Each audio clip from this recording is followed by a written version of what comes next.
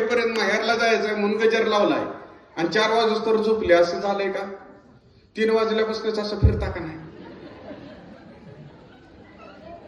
अजून उजडं ना कसं? घड्याळ बंद पडलं काय? सूर्याला आग लागली काय? होतं का नाही?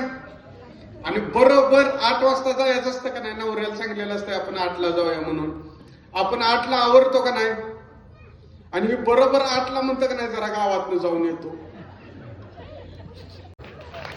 बरोबर आहे ना? आपलं आवारलं म्हणलं की नवरं बी टाळ्या वाजवत होती, म्हणजे किती बघा की हिने वाजवाय नाही पाहिजे होतं का नाही सांगा. बरं हे चांगलं मोठं मन आहे बरं का, त्यांना चुका त्यांच्या लक्षात येते. बरं हे 8ला गावात जाऊन येतो म्हणजे काय करते? हे नगरसेवक आहेत का? नगराध्यक्ष आहेत का? हे जाऊन बसते ते किराणा मालाच्या दुकानात, नाही तर दूध डेअरीत. आणि त्याचा विचार काय म्हणते माहिती का? गाईत काय नाही, म्हशीत काय नाही, कुठल्या धंद्यात काय नाही, नोकरीत काय नाही, त्याच्यात काय असायचं. मग यांच्या जेव्हा प्रपंच होणार आहे का? मग शान कोण आहे? तुम्ही आहे का ते? तुम्ही. मग काम कोणी केलं पाहिजे?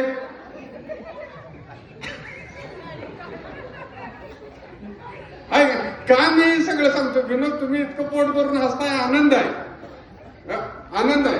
पण मला सांगा, माणसं काय म्हणतात ते मागं नाव ठेवते. एखाद्या घरात जर बायकोचा ऐकणारा माणूस असला, गावात माणसं नावं ठेवतील का नाही? तुम्हीच ठेवता का नाही नावं? की नवरा काय तिचा असा आहे, सगळं तिच्या ऐकण्यातला आहे असं म्हणतो का नाही? आता मला एक ह्या असता नगरीत एवढं मोठं या तुम्ही इथं आलेला आहे शेकडोने, मला एक महिला अशी दाखवा की जिच्या घरात तिचा नवरा बायकोच्या ऐकण्यातला, नवऱ्याला एवढी किंमत आहे, ती बायको म्हणाल तसंच घर चालतंय, ते घर कर्ज बाजारी आहे.